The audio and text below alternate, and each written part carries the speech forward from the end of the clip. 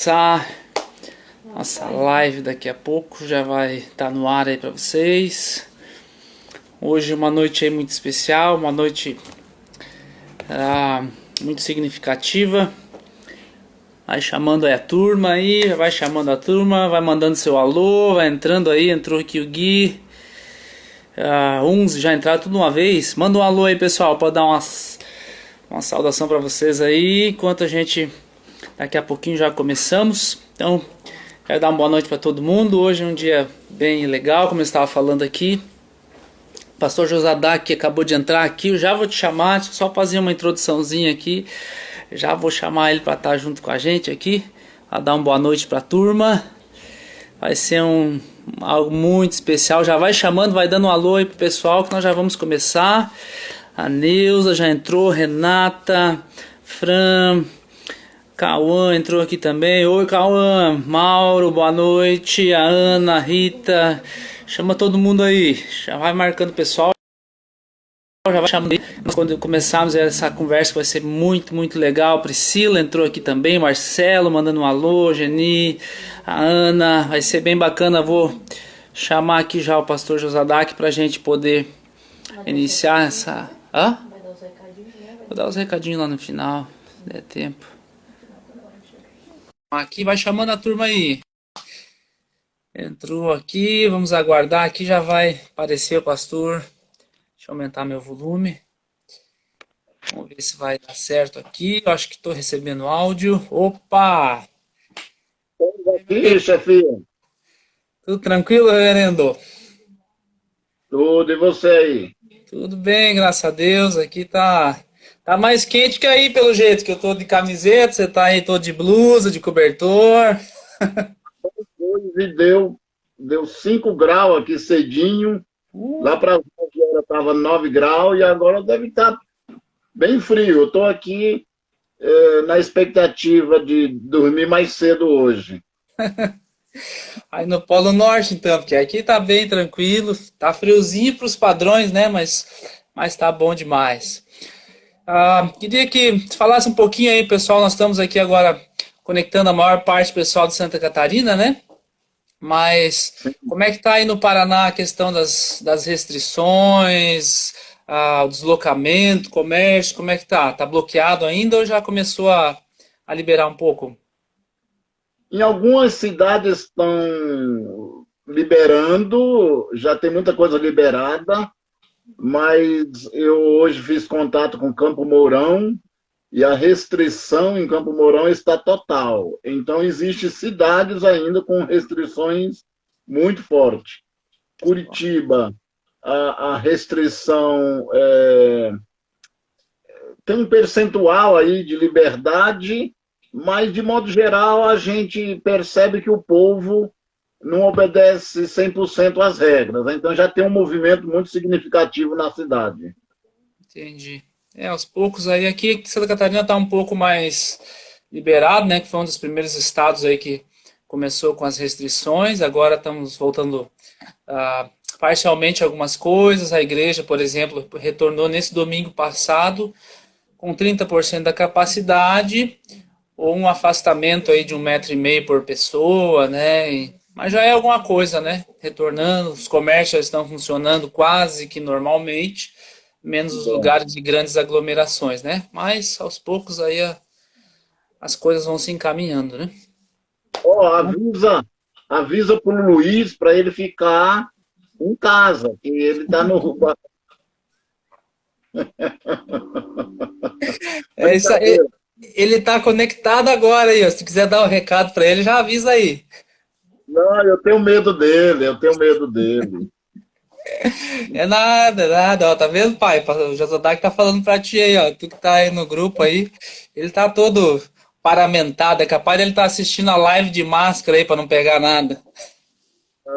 Você sabe que uma das pessoas que eu gosto muito de estar junto, de conviver, é o Luiz. O Luiz é um cara leve, é um cara legal. Lamentavelmente, eu tive poucas oportunidades da gente ter tempo para conversar sem propósito, né? Jogar a conversa fora. Eu gosto do Luiz, é um cara bom para jogar a conversa fora. O Nini já é mais sério, a Janete já é mais sério, a Sueli já não gosta de jogar conversa fora, mas quando eu estou com o Luiz, eu gosto de jogar conversa fora. É isso aí.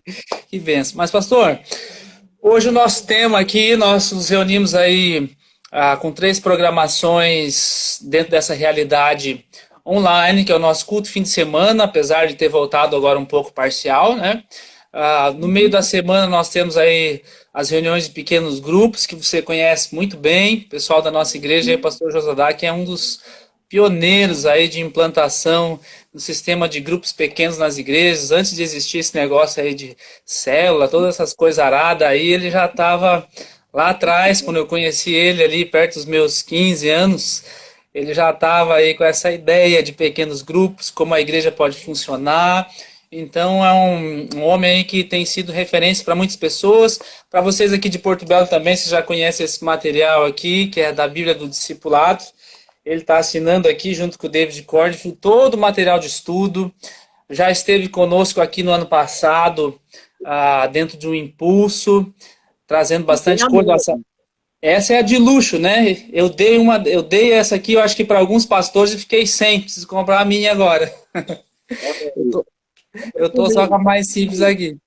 Mas, enfim, é uma pessoa aí que a gente que caminha, que conhece a nossa igreja, na verdade, que liberta desde os primórdios, né? Foi uma das pessoas usadas aí para estar ajudando a plantar os fundamentos, né, daquilo que nós cremos, daquilo que nós vivemos, como nós enxergamos a palavra de Deus, pastor de pastores.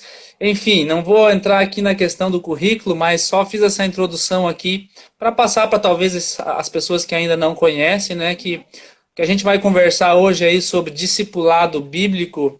É uma conversa que não é de agora, não é por causa da pandemia, mas é algo que já vem no cerne da Igreja de Jesus e dentro da nossa igreja agora, naquilo que nós temos caminhado, temos vivenciado. Então, reserve esse tempinho aí, chama aí você que está em casa, aí o pessoal aí que está acostumado a chegar atrasadinho sempre, que agora a conversa vai ser tensa no sentido de profundidade, né? Zadá, queria que tu começasse um pouquinho essa conversa. Nós andamos aqui dentro do discipulado, que nós entendemos dentro do discipulado, mas eu queria que você explanasse talvez um pouquinho para nós por que dessa palavra discipulado e por que ela é tão importante, se é que ela é tão importante na caminhada cristã, da onde veio isso? Ok, a própria palavra discipulado, ela tem uma origem na cultura grega, que desde antes de Jesus, dentro do ambiente grego, ali com Sócrates, Platão, Aristóteles, 300 anos antes de Cristo, a palavra discipulado já era muito utilizada, porque discípulo quer dizer aquele que segue, aquele que é um aprendiz. E dentro da cultura hebraica também tinha essa figura que era utilizada a palavra talmidim, que era um aprendiz. Enfim, então a palavra discipulado ela é muito significativa dentro da tradição judaica e grega, e depois na vida da igreja se tornou muito efetiva. Todavia, o que vale a pena a gente entender inicialmente, Robson, é que a palavra discipulado está ligado à palavra disciplina. Portanto, quando a gente diz que alguém é discípulo, efetivamente a gente quer dizer que ele é uma pessoa disciplinado. Tem uma frase de um filósofo, que inclusive é até ateu, que é o Nietzsche. O Nietzsche falou, num outro contexto, uma frase que diz assim: uma longa obediência na mesma direção. E mais tarde não, há 5 anos atrás, ou 10 anos atrás, um autor americano chamado Eugene Peterson escreveu um livro com esse título, uma longa obediência na mesma direção, atrelada ao discipulado.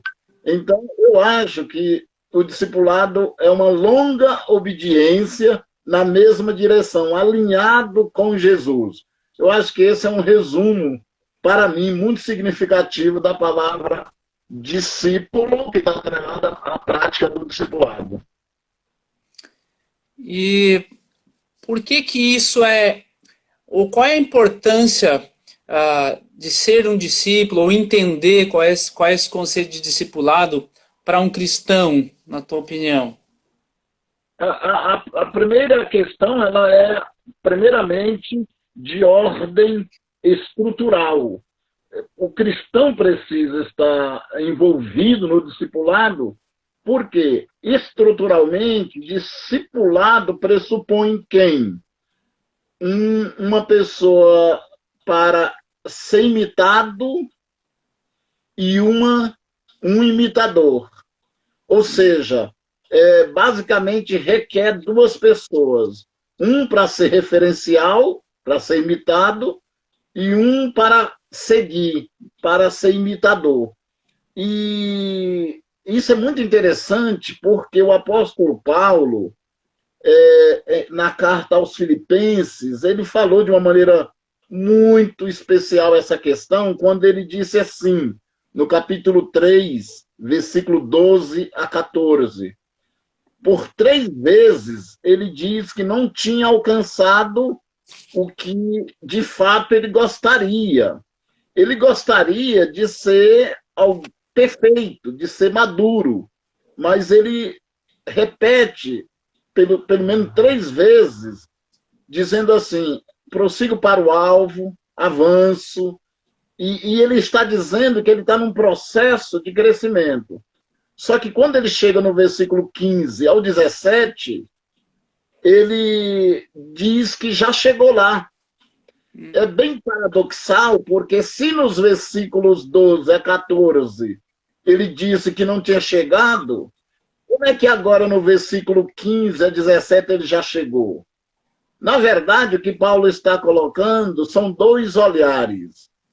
O primeiro olhar é que o discípulo nunca chega na plenitude, ele nunca alcança 100% aquilo que Deus planejou para ele ser, no caráter, na espiritualidade. Ele está em desenvolvimento.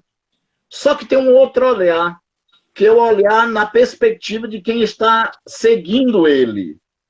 Então ele diz, então, na segunda parte, eu sou referencial, eu não estou onde comecei, eu já avancei.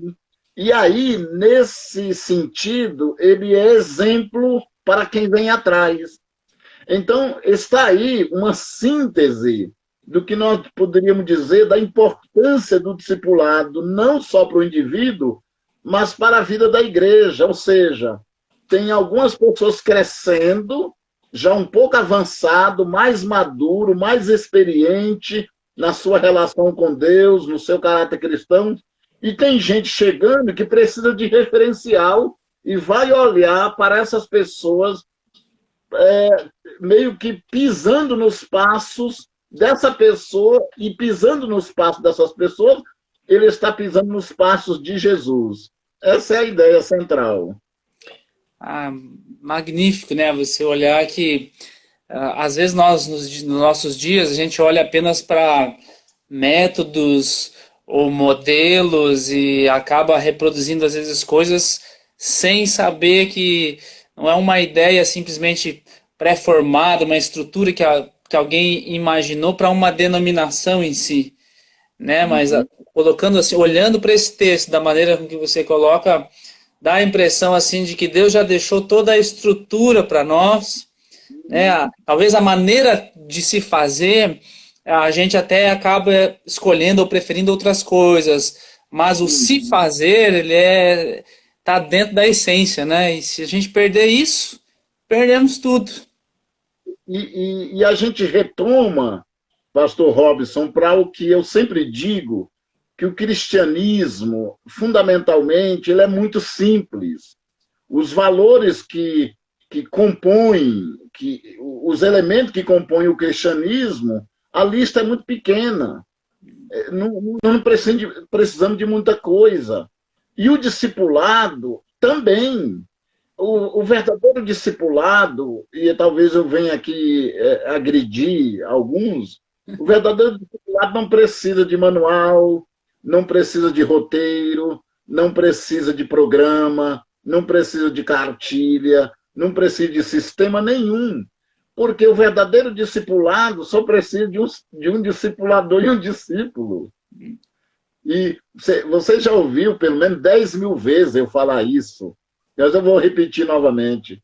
Quando eu comecei no discipulado há 30 anos atrás, no ambiente da CEPAL, eu tive acesso àquele livro do Robert Coleman, Plano Mestre de Evangelismo, e ele tem uma frase que, para mim, sintetiza o livro. Ou seja, o currículo de Jesus era a sua própria vida. E pronto. Então, o que eu preciso para discipular? Eu preciso de um discípulo. E aí a gente vai compartilhar nossas vidas, ver no que nós podemos nos ajudar mutuamente. Lógico, o discipulador ajuda mais o discípulo do que o discípulo ajuda o discipulador. Mas o discípulo tem uma parcela de contribuição na maturidade do discipulador.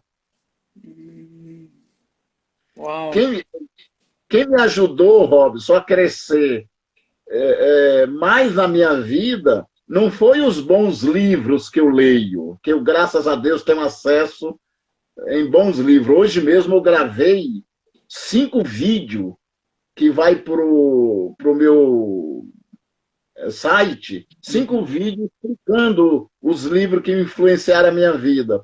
Mas não foi esses livros. Quem me ajudou a crescer em muitas áreas foi exatamente os discípulos, as pessoas que supostamente eu estava ajudando eles, mas eles que estavam me ajudando também. Uhum. Ótimo. Nossa, fantástico isso. Primeiro eu preciso de um ser a ser imitado, e a gente sabe que esse primeiro ser é Jesus, né? E a partir dele vem uma bola de neve agora surgindo de pessoas imitando ele e ajudando os outros a imitar Jesus através da própria pessoa, e assim nós chegamos onde estamos hoje. E isso me leva assim a talvez a uma pergunta assim, qual é a postura? Porque hoje nós vivemos um ambiente muito talvez religioso, nós temos muitos métodos por aí, é muito evento, é muita falação de muitas coisas, e nós estamos falando hoje aqui sobre a essência do que é seguir a Jesus, né? Como você falou, é muito simples, eu gosto muito disso também, porque é muito simples. Quando as pessoas fazem essa pergunta, que é uma pergunta complexa, a resposta é simples. Mas não é porque ela é simples que ela é fácil, é simplória, né? Aí vem essa pergunta aqui, qual é a postura que se deve ter do discipulador para com o discípulo, pensando nessa, de onde nós viemos, e depois, se você conseguir lembrar e fazer o link, qual é a postura inversa do discípulo para com o discipulador ao longo da vida? Olha, rapaz, eu acho legal a tua pergunta e eu fico muito chateado porque não dá para mergulhar fundo nessa resposta, mas enfim, deixa eu começar pelo mais fácil. O discípulo é sempre um camarada deficiente e em decadência, quase que absoluta. O discípulo, eu sempre brinco, e aqui você vai me entender, quanto pior, melhor. Entendi. Essa é a concepção. Eu vou já arrumar o que eu estou dizendo. Eu quero dizer que o discípulo é um aprendiz eterno. Ele está sempre sentindo necessidade. Ele nunca está completo. Tudo bem, ele já melhorou em algumas áreas, mas tem tantas outras para melhorar. Então, o discípulo é essa, a postura do discípulo em relação ao discipulador, sobretudo. E eu amo quando eu lembro da minha época que eu iniciei no discipulado, a sede que eu tinha e o esforço que eu fazia para estar com o meu discipulador, que você conhece. Uhum. Eu lembro que eu pegava um ônibus na zona leste de São Paulo e andava 3 horas para ir, 3 horas para voltar para a zona sul. E passava em 3 cidades, Santo André, São Bernardo, Diadema, aí entrava em São Paulo de novo, ficava 1 hora com ele, 1 hora, e voltava como se tivesse ganhado na loteria. Então, é isso. Essa deve ser a postura do discípulo, de querer aprender, de correr atrás, sei lá, essa é a postura. Agora, a mais difícil é do discipulador. Eu defendo uma tese que eu vou colocar aqui muito rapidamente e vai ser até meio desonesto, porque eu não vou aprofundar. Mas eu vou citar o texto bíblico, onde eu baseio a minha tese, e eu acho que você já ouviu eu falar sobre isso. No texto de João, capítulo 13, e o versículo 36, 37 e 38. Esses 3 versículos que me dão a base para afirmar qual é a postura do discipulador em relação ao discípulo. Uhum. A primeira postura que ele tem que ter, eu não vou ler o texto, eu vou só contar, e aí as pessoas depois leem, por favor. A primeira postura é não responder perguntas, mas sim responder necessidades. Repete essa última frase aí, por favor. Não responder perguntas, mas sim responder necessidades. Anota aí, pessoal. Quem responde pergunta é professor. Quem responde pergunta é quem fala para a mente. Quem responde pergunta é pastor. Pastor pode responder pergunta. Mas por isso que eu gosto de um cara como o Luiz, que para mim é um dos discipuladores fantásticos que eu conhecia, não sei agora, mas sempre foi um baita de um influenciador, porque ele estava atrás de responder necessidades. Não era de responder perguntas, especialmente perguntas teológicas, esse negócio, isso é coisa de quem não tem o que fazer. Eu acho que eu estou falando do discipulado, não estou dizendo que não precisa ensinamento, precisa. Sim. Então, e aí, alguém mandou um abraço aí para mim, amém. E veja aí, depois que eu terminar de responder, se tiver alguma pergunta, você lança aí. Olha o Franklin aí, gente boa. Aí. O Franklin. Ô, Frank, tem que me convidar aí, cara, para tomar um suco aí. Eu ia dizer outra coisa. Mas, enfim, a segunda coisa, Robson, que o discipulador tem que ter é criar um ambiente de liberdade e de confiança para o discípulo ser ele mesmo. Eu acho que a gente pode, efetivamente, cometer um grande erro quando a gente está discipulando alguém e não cria um ambiente onde a pessoa tem total liberdade de ser ela mesma. Porque o ambiente onde a pessoa não é ela mesma, ela é hipócrita. Ela não é verdadeira.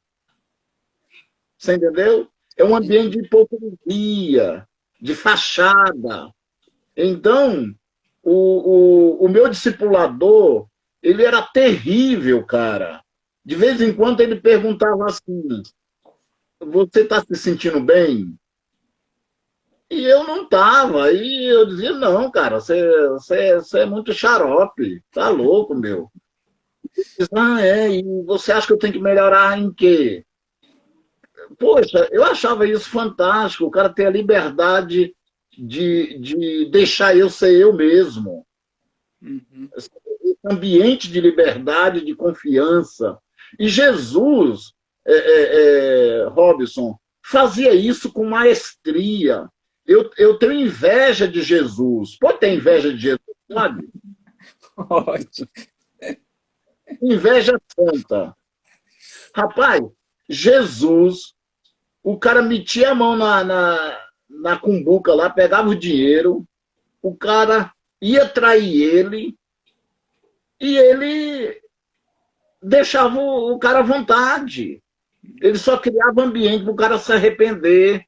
ele confrontava, lógico, dava algumas falas, algumas palavras, mas não obrigava, o cara ficava à vontade. E tinha gente que até mentia na presença de Jesus. Já pensou, rapaz? O filho dele mentir é porque Jesus dava segurança para ele que não ia fofocar dele para o pastor, não ia colocar ele no zap lá para. Né? O discípulo tinha essa segurança. Então, esse é o segundo ponto, é criar um ambiente de liberdade e de confiança. A terceira e última coisa, que está no versículo 37, é conduzir a pessoa até ele fazer a própria descoberta do seu erro e confessar e buscar restauração.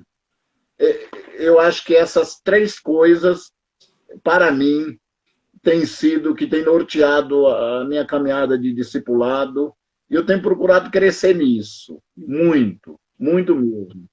Eu discipulo muitas pessoas e procuro, de modo geral, para mim o mais difícil é o último, conduzir a pessoa para ele fazer a própria descoberta que está errado pela iluminação do Espírito Santo, sem ter que eu apontar, dizer, Corinthians, você está errado, tem que mudar, ok?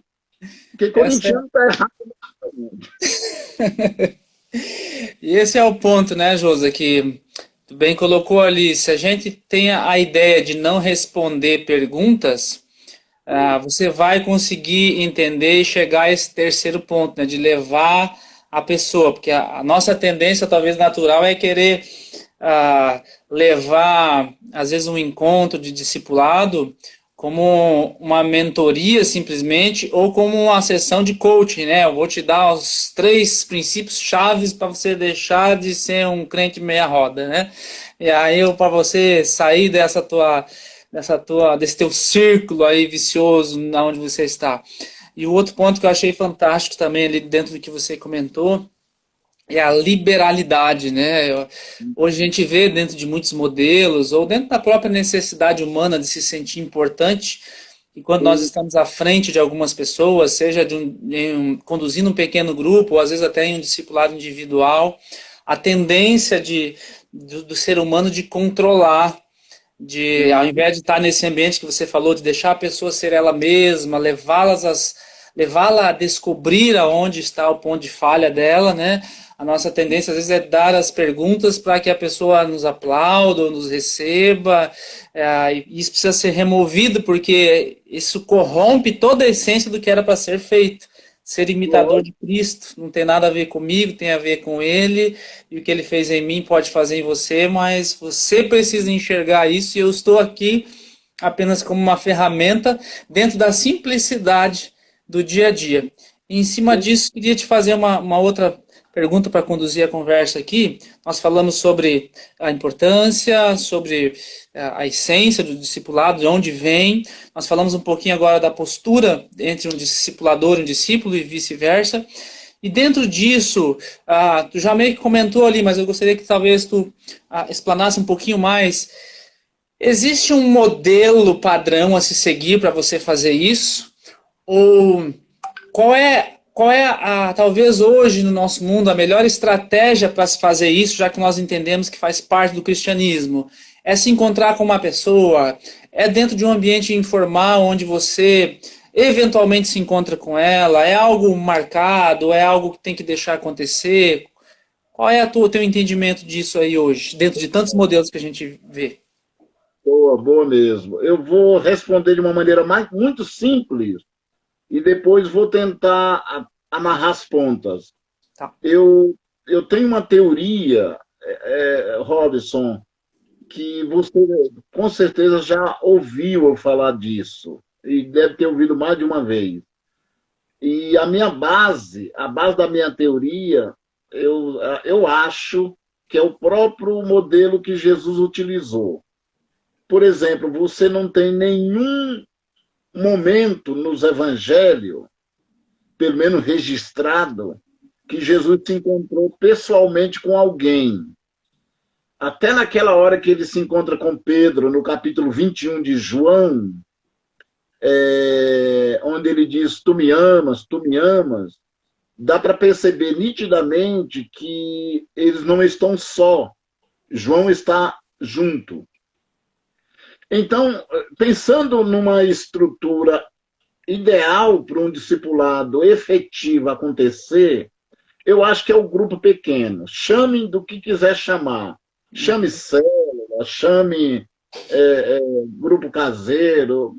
Para mim não tem nenhuma importância. O que interessa é que esse grupo pequeno seja, Robson, de 5 a 7 pessoas, contando com o líder, e quem sabe ali um co-líder, né, para substituir ele quando ele não pode ir. Por quê? A minha tese é que eu aprendi isso na psicologia, que ninguém consegue reunir toda a sabedoria, toda a graça, toda a unção em si mesmo para ser suficiente na orientação e no direcionamento de alguém. Ninguém consegue. Já que ninguém consegue, então o melhor lugar para o discipulado e para o desenvolvimento um dos outros é o grupo pequeno, porque ali a gente se complementa. Por exemplo, se eu e você, o Franklin, a Cate, a Sueli, o Luiz, estamos no mesmo grupo, em algum momento eu e você vamos ser bênção para a vida da Cate. Em outro momento, o Franklin e a Sueli vai ser bênção para a minha vida. A gente vai se autoajudando e se complementando. Porque o discipulado acontece exatamente nessa dimensão. Eu acredito muito que no grupo de Jesus, eles se autocuidavam. Enfim, tem uma série de exemplos aí. Então, eu acho que essa ideia que eu tenho de o grupo ser pequeno e o encontro tem que ser periódico, o saudável é que fosse semanal, mas nem sempre é possível uma caminhada semanal, mas sei lá, quinzenal, enfim. Essa é uma coisa. Agora, Robson, você me perguntou e eu vou responder. A grande pergunta é o seguinte, tá, e o que a gente vai estudar? Essa é a grande pergunta. E talvez esse Robson, seja o nosso maior erro. Você citou o coaching aí, de vez em quando eu estou nervoso, aí eu xingo o coach de algumas coisas, hoje eu não vou fazer isso, mas é um serviço para o desenvolvimento espiritual das pessoas, porque o coach não é nada mais, nada menos do que uma autoajuda barata, de fundo de quintal, que é humanista. Eu tenho uma série de teses rebatendo o coach, enfim, mas não vamos falar mal dos outros aqui, não, vamos falar bem da gente. Então, a pergunta é o seguinte, que material a gente vai usar? Aí, eu acho, honestamente, poxa vida, eu acho que o bom material para usar é a Bíblia. Mas não um livro sobre a Bíblia. Eu sei que eu escrevo bastante para isso, mas eu estou quase arrependido de ficar indicando os meus livros para discipular. Eu quero me desfazer dessa ideia e indicar meus livros para ser lido no individual. Por isso, Robson, que a Bíblia do discipulado, os estudos dela não são só pergunta baseada no texto. Uhum. Entendeu?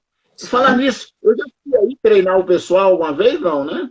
Foi ano passado? Retrasado, acho, 2018. Da Bíblia do discipulado, né? Sim.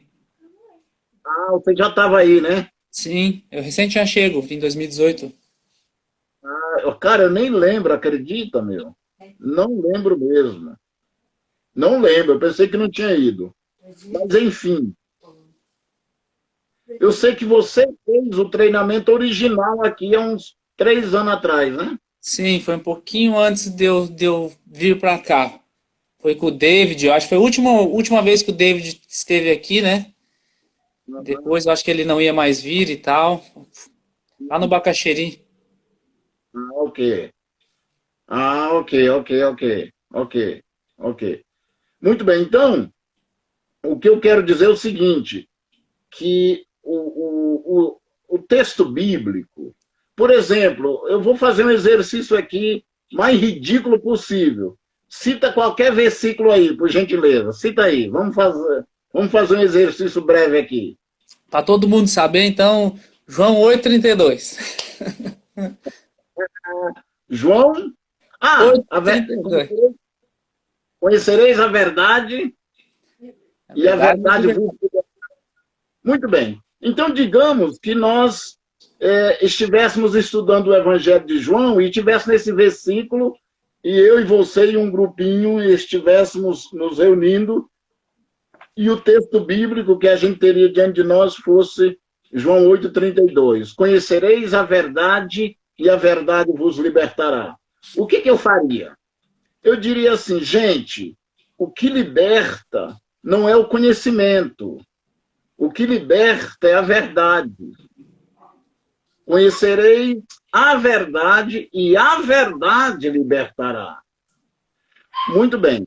Então, depois de explicar que quem liberta não é o conhecimento da verdade, mas sim a verdade, existe uma distância muito grande, eu perguntaria assim, Robinson, na tua vida tem alguma área que você percebe que precisa da presença libertadora da verdade? Pronto. Eu já tenho uma pergunta aí para a gente conversar durante a pandemia inteira. Uhum. É isso que eu quero dizer. Aí você diz, não, mas isso é complexo. É nada. Eu acho isso muito. É simples, né? Porque você vê daí a importância de o grupo ser pequeno, como você mesmo mencionou, porque senão muita gente para compartilhar, acaba não acontecendo um discipulado real. A importância de se desenvolver um relacionamento, porque, como você falou, no teu próprio discipulado com o David, lá no começo, ele ia em pontos que às vezes eram desagradáveis para você. Para isso acontecer, tem que ter um ambiente de confiança e de desenvolver um relacionamento.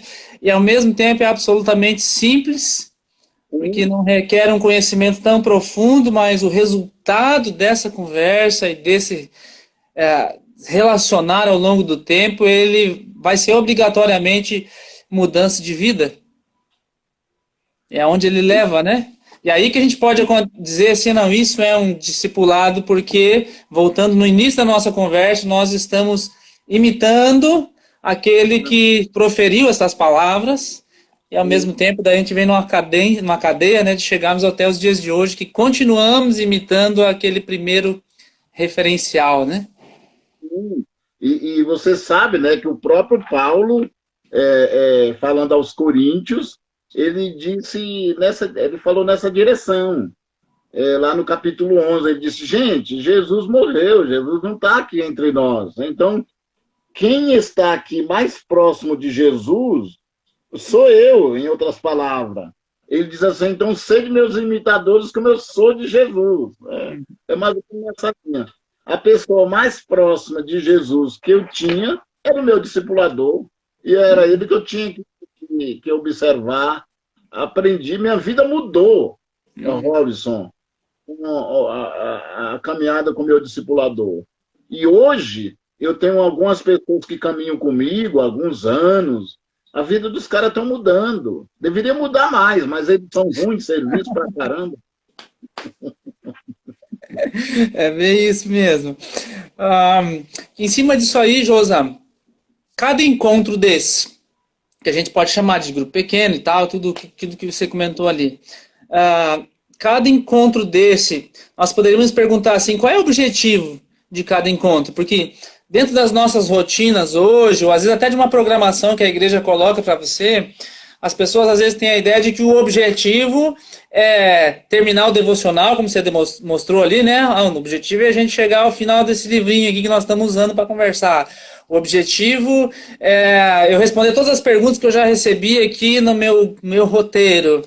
E quando a gente tem em mente isso que você mencionou ali, qual é o objetivo desse encontro? O objetivo é você discutir algo tão simples como o que é a verdade para você hoje? O que é que você precisa ser liberto?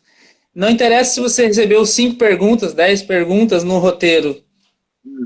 Isso simplifica as coisas, né?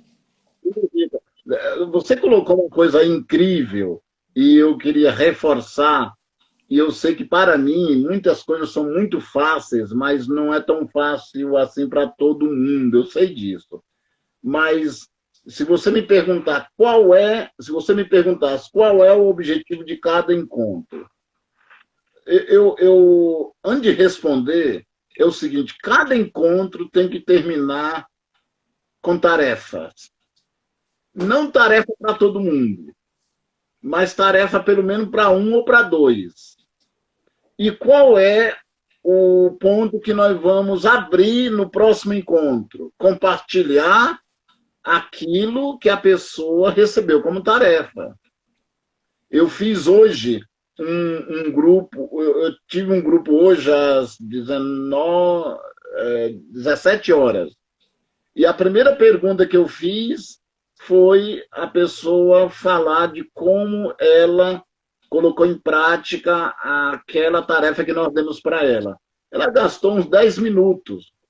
Nós só tínhamos 1 hora, mas uns 10 minutos só para uma tarefa. Aí, quando ela terminou de compartilhar, ela basicamente confessou que não tinha levado muito a sério, mas que tinha praticado em parte. E eu perguntei se o fato dela não ter levado a sério, se o coração dela estava dizendo que ela tinha que pedir perdão para o grupo, porque o grupo se empenhou tanto em ajudá-la no encontro passado, e se ela sentia que isso tinha uma razão para pedir perdão. Ela disse: poxa vida, eu não tinha pensado nisso, mas eu concordo, eu não levei a sério uma coisa que vocês levaram. Aí alguém orou por ela e a gente renovou a tarefa, e aí foi mais 5 minutos. Ok, então de 1 hora já comeu 15 minutos só.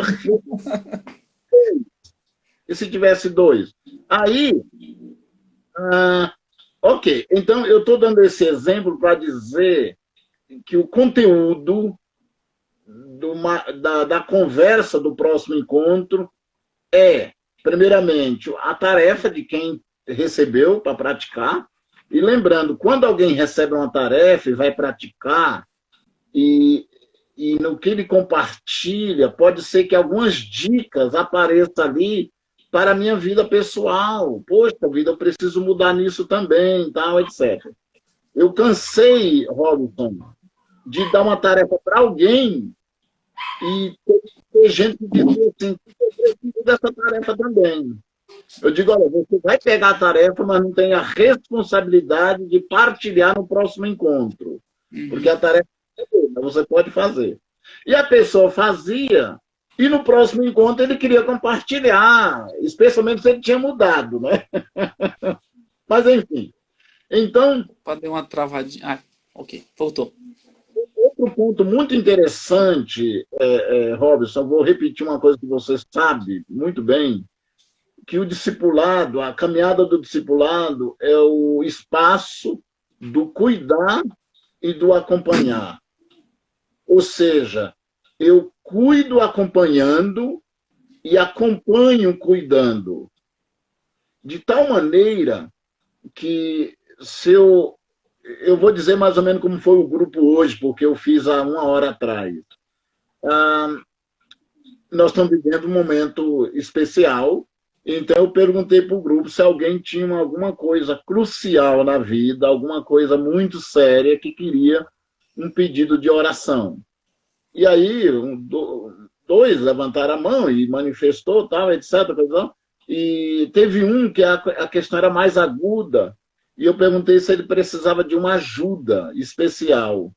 Ele manifestou que sim, e eu perguntei se alguém tinha um texto bíblico. Olha que coisa interessante, tinha um texto bíblico para passar para ele. E a pessoa deu um texto bíblico, tá? Pedi para a pessoa ler, a pessoa leu, e depois que a pessoa leu, eu perguntei para ele se ele entendeu o texto bíblico. Ok, foi tudo muito dinâmico. O que eu quero dizer é o seguinte, para mim é muito fácil fazer isso, porque eu faço isso há 30 anos. E eu tenho um grupo de discipulado. Mas é tipo assim, eu me preparo para um encontro de discipulado espiritualmente, mas eu não me preparo intelectualmente.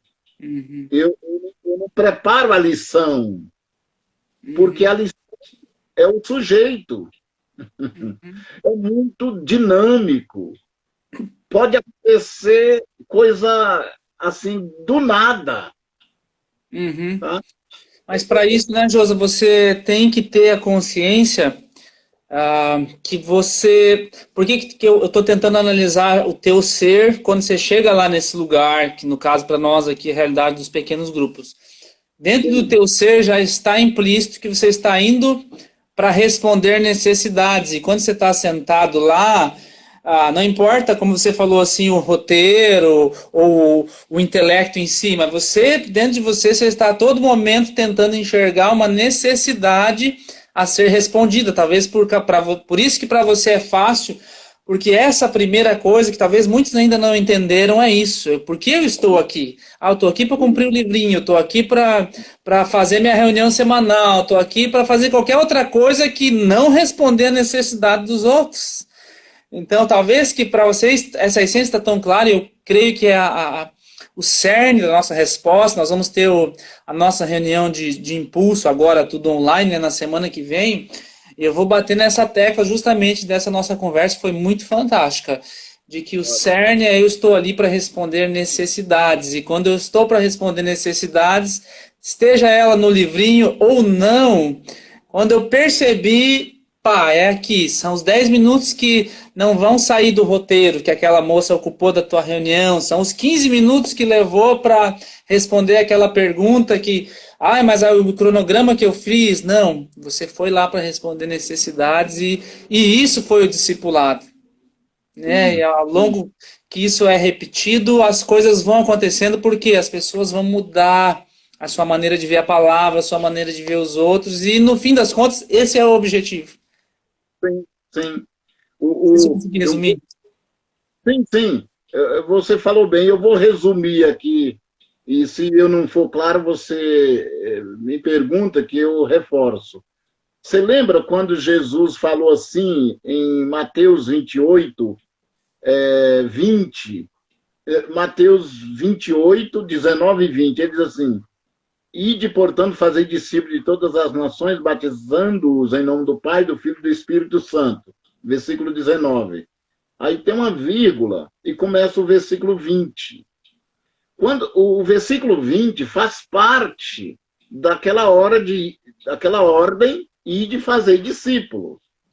Aí, no versículo 20, Jesus começa assim, olha que coisa, ensinando-os a guardar. Moral da história, Jesus está dizendo que no discipulado eu não tenho que ensinar conteúdo, eu tenho que ensinar a prática da vida cristã. Então, é lógico, no meu discipulado, de vez em quando, a gente tem uns conteúdinhos ali, mequetrefe, mas tem. Tá? Aliás, eu sou biblicista, né? Então eu amo a Bíblia, vivo estudando, né? Mas discipulado é outra coisa. E aí, o que Jesus estava dizendo era o seguinte, Robson, que ensinar a obedecer pressupõe que eu tenho que colocar o mínimo do mínimo conceitualmente e gastar o resto do tempo para fazer aquilo girar no coração do cara. E aí eu acho que a minha paixão e respeito e admiração pela Igreja Verdade que Liberta é que ela nasceu assim.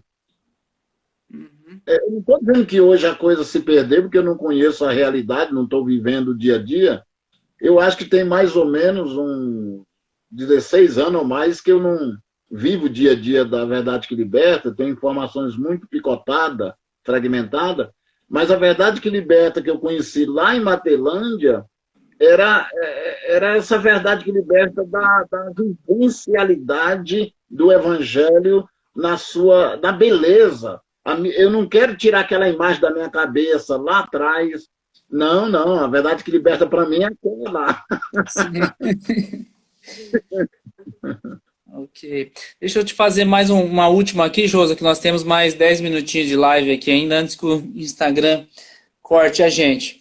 Nós falamos sobre a essência, de onde veio, sobre ser imitador.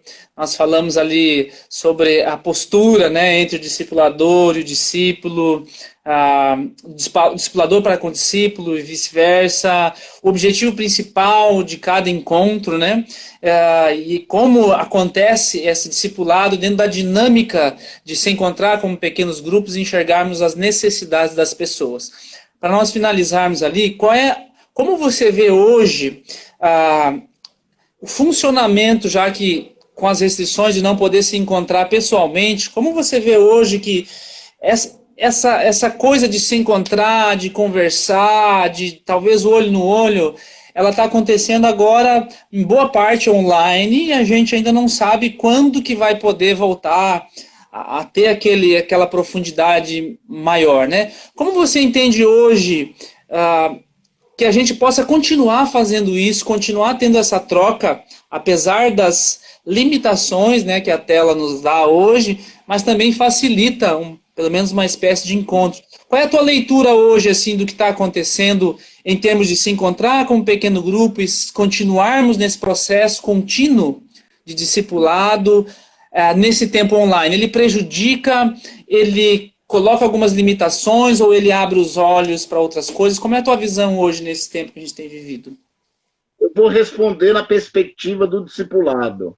Na perspectiva do discipulado, nós estamos vivendo um momento atípico e que vai logo passar, porque o discipulado não sobrevive virtualmente.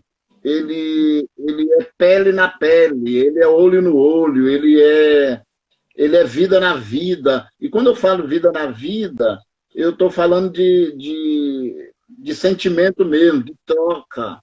E o instrumento que nós estamos usando agora, virtual, atende à necessidade nesse momento. Mas quero jogar meu celular fora quando tudo voltar. Ninguém me procure para o celular, senão eu mando lá para o Maranhão. Porque eu sei que eu não posso me estender muito, porque a igreja ela é comunitária, ela nasceu para ser comunitária. O espaço da prática dos mandamentos recíprocos, são 27 mandamentos recíprocos no Novo Testamento. Então, não tem como fazer isso intensamente e de maneira abrangente pelos meios virtuais. Nós, graças a Deus por esse meio que nós temos hoje para esse momento especial. Não vou criticar, Deus me livre. Mas não é esse um instrumento permanente. Pode ser, sim, um instrumento permanente para outras coisas, mas para o discipulado, não. O discipulado precisa ter encontro, ajoelhar junto, ter pele na pele, enfim.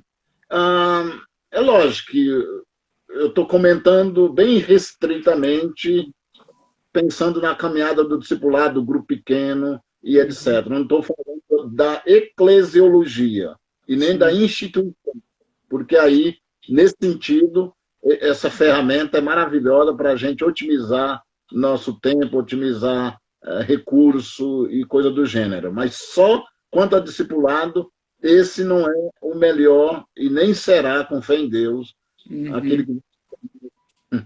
Amém, amém. Rosa, estamos chegando aqui no final do nosso tempo. Queria te agradecer aí pelo teu tempo, a tua disponibilidade. Está sempre toda a solicitação que a gente faz, né? Você de prontidão já já responde aí, como um bom exemplo, né? Como um bom imitador de Cristo. Nós vamos deixar essa live aí no Stories do Instagram, vai ficar 24 horas, então você que talvez assistiu, envia lá para outra pessoa amanhã para continuar assistindo. Nas próximas, nós estamos vendo uma possibilidade de começar a deixar gravado e disponibilizado já no YouTube também, porque uma conversa dessa, poxa, nós anotamos várias coisas aqui, ela meio que, não por causa da minha pessoa, né, mas por causa aí do nosso convidado, tem que ficar registrada para a posteridade, porque é muito bom. Josa, muito obrigado, que Deus abençoe você, que Deus abençoe seu ministério, tudo aquilo que você tem feito por tantos pastores, tantas pessoas ao longo dos anos aí para nós, como Verdade que Liberta.